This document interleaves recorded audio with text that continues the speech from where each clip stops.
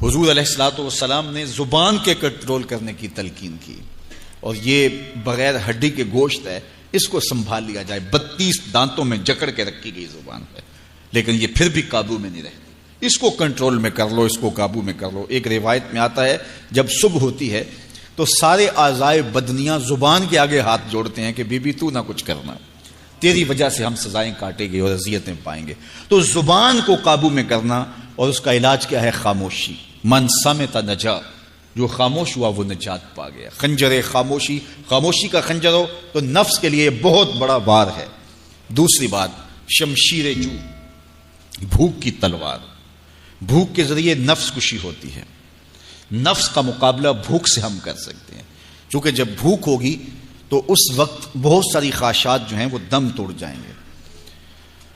اللہ کے محبوب علیہ السلام کا ایک فرمان سنیے، بالخصوص نوجوانوں کے نام، یا معاشر الشباب من استطاع منکم الباء فلیتزوج فإنه اغض للبصر واحسن للفرج فمن لم يستطع فعليه بالصوم فإنه له وجاء۔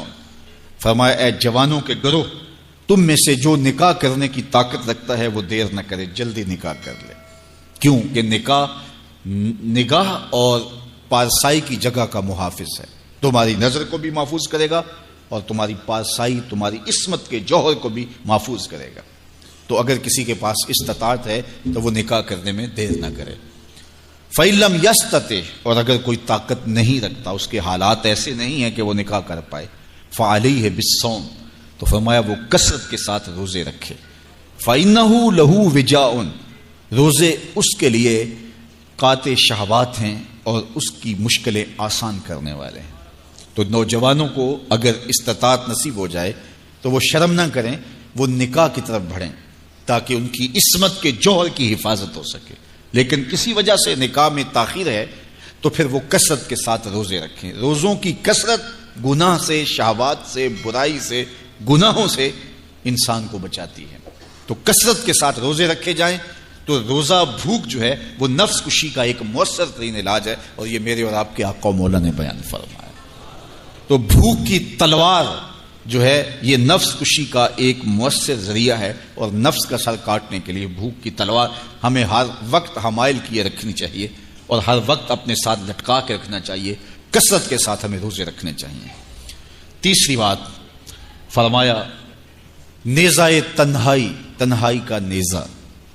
جب آپ عمومی طور پہ مجلسی زندگی میں ہوں گے تو بہت ساری خطائیں اور بہت سارے گناہ مجلسی زندگی میں آپ سے سرزد ہوں گے، تو جب آپ تنہائی اختیار کر لیں گے تو بہت سارے گناہوں سے بچ جائیں گے۔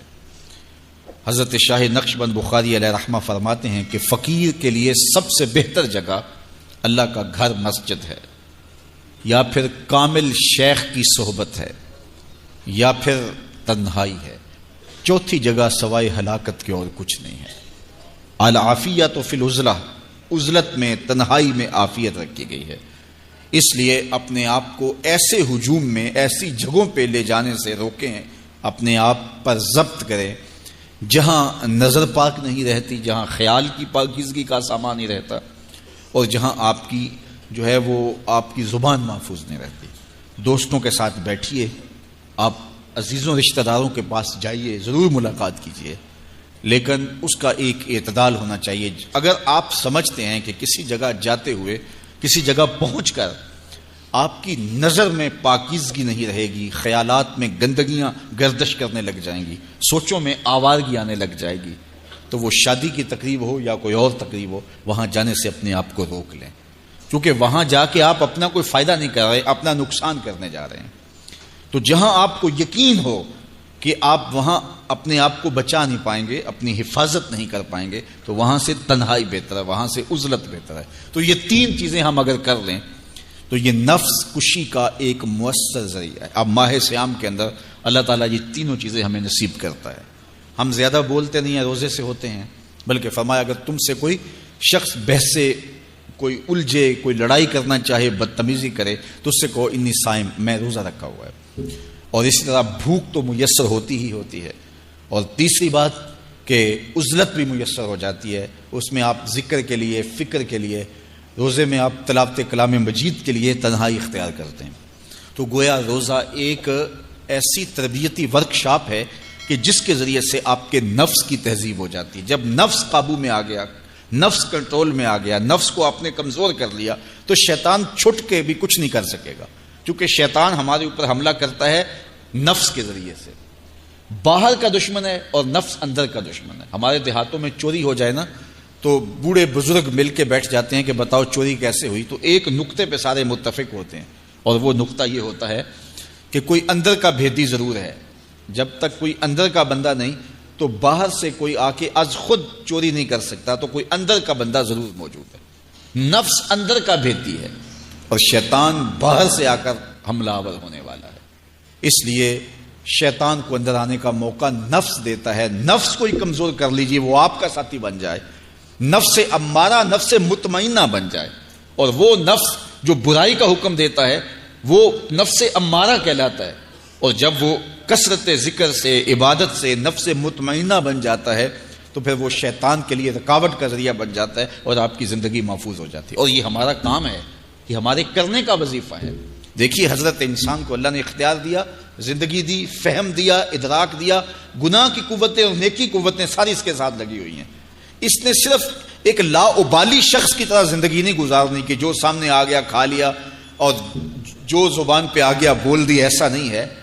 یہ تو انسان ہے، اس کو تو اپنی زندگی کی راہیں خود متعین کرنی ہے کہ میری دنیا آخرت کے لیے نفع بخش کیا چیز ہے اور نقصان دہ کیا چیز ہے. انا ہدیناہ السبیل اما شاکرا و اما کفورا، کہ ہم نے اس کو دونوں راہیں دکھا دی. وہدیناہ النجدین، اس کو پتہ ہے یہ اچھائی ہے یہ برائی ہے، اس نے اس سے اجالنا ہے اپنے اندر کو اور اپنے باطن کو سنوارنا ہے.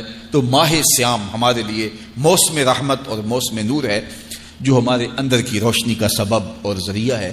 تو آئیے یہ موسم اللہ نے ہمیں نصیب کیا. قرآن مجید کی کثرت سے تلاوت کریں، نفس کمزور ہوگا. تنہائی اختیار کریں، نفس کمزور ہوگا. اپنی زبان پہ قابو کر لیں، نفس کمزور ہوگا. بھوک تو ہم روزے کی وجہ سے کاٹتے ہی کاٹتے، نفس کمزور ہوگا. اب شیطان چھٹ کر بھی عید کے دن ہمارا کچھ بگاڑ نہیں سکے گا اگر ہم نے اپنے نفس پہ قابو پا لیا. اور اگر نفس پہ قابو نہ پا سکے تو شیطان تو پھر پیچ و تاب کھا رہا ہے اور وہ ہمارے اوپر پھر اور زور و شور کے ساتھ حملہ ہوگا اور ہماری متاع عمل کو لوٹ لے گا. تو پھر کیا فائدہ ہوا کہ سارے مہینے کی محنت کی، عید کے دن، عید سے 4-5 دن بعد ہم نے لٹا دی، تو فائدہ کیا ہوا؟ اللہ نے اس عورت کی مثال بیان کی ہے قرآن میں جس کا توازن ذہنی ٹھیک نہیں تھا اور وہ سارا دن سوت کاٹتی رہتی تھی اور شام کو اپنے ہاتھوں سے توڑ دیتی تھی. تو کہا کہیں ایسا نہ کرنا کہ تم بھی اس عورت کی طرح ہو جاؤ کہ اپنے ہاتھ سے کاٹا ہوا سوت اپنے ہاتھوں سے توڑ دو. پورا مہینہ بھوک کاٹی، پیاس کاٹی، تکلیفیں گوارا کی، اور شام کو جو ہے وہ اپنے ہاتھ سے وہ سوت کاٹنے والی خاتون سوت توڑ دیتی ہے. تو کہیں ہم بھی ایسے نہ ہو جائیں کہ مہینے کی محنت ہر سال عید یا عید کے چند دن بعد برباد کر لیں، پھر اگلے سال مہینے کی محنت کریں، پھر عید کو برباد کر دیں. تو کیا فائدہ ہوا؟ تو ہم نے جو نعمت سمیٹی ہے، جو چیز دی ہے، جو چیز حاصل کیا، اس کو جذب کر لیں روح کے اندر، اس کو اپنے من کے اندر اتار لیں. اہل ایمان کو ایک دعا تلقین کی گئی ہے. وہ کیا دعا کرتے ہیں؟ ربنا لا تزغ قلوبنا بعد اذ ہدیتنا، اے اللہ ہدایت کے بعد ہمارے دل کو پھر دوبارہ ٹیڑھا نہ کر دینا. اگر ہدایت دی ہے تو وہ نصیب ہی رہے، وہ من میں جذب ہو جائے، وہ روح میں اتر جائے. تو میں اور آپ اپنی زندگی کو اللہ اور اس کے رسول کے نام پہ لگایا ہے، تو پھر اپنی ساری زندگی کو اللہ اور اس کے رسول کے نام پہ لگا دیں.